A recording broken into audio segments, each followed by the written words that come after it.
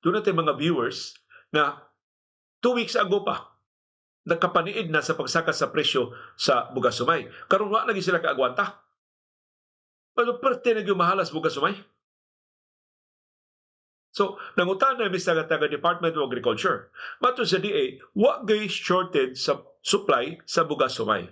Pero nakabantay sila doon na manipulation.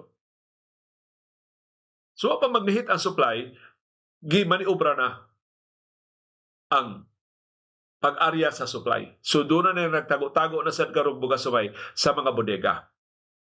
Aron pag-artificially create a shortage, aron mosaka ang presyo sa bugas sumay, mudako ang ilang ginansya. Pagkasalbahisa gid ini mao mga negosyante. Nang hinaota, ang kapulisan ug ang NBI sugod sa tagronda-ronda sa mga bodega. Panghipos sa San Diha o kasayuran, kinsa rin mga bodega ang gitaguan ng mga bugas, rodahon na to, aron paghatag og sampol sa ubang padlungon ng mga negosyante. Ang ganador karon 67 pesos per kilo na. Diri niya sa Merkado Publiko sa Mandaue. Ang Lion Ivory, 64 pesos per kilo. Ang Princess Bea, mo'y kinabaratuhan, 56 pesos per kilo. Ang mas barato pa yun, kanang dugmok ng ganador, 45 pesos per kilo. Doon na sa ilaing bugas sumay, barat mo ni usas kinabaratuhan, kining gitawag nga bagong ani. Diha ni Merkado Publiko sa Mandaue. Ang bagong ani sa una, last year, 40 pesos per kilo. Karon, 54 pesos per kilo na.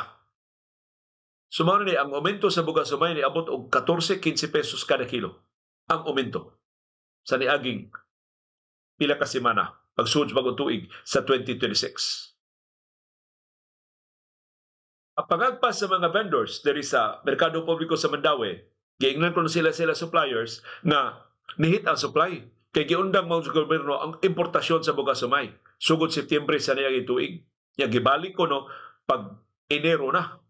I think last day of 2025 gibalik ang importasyon. Pero uwahin na.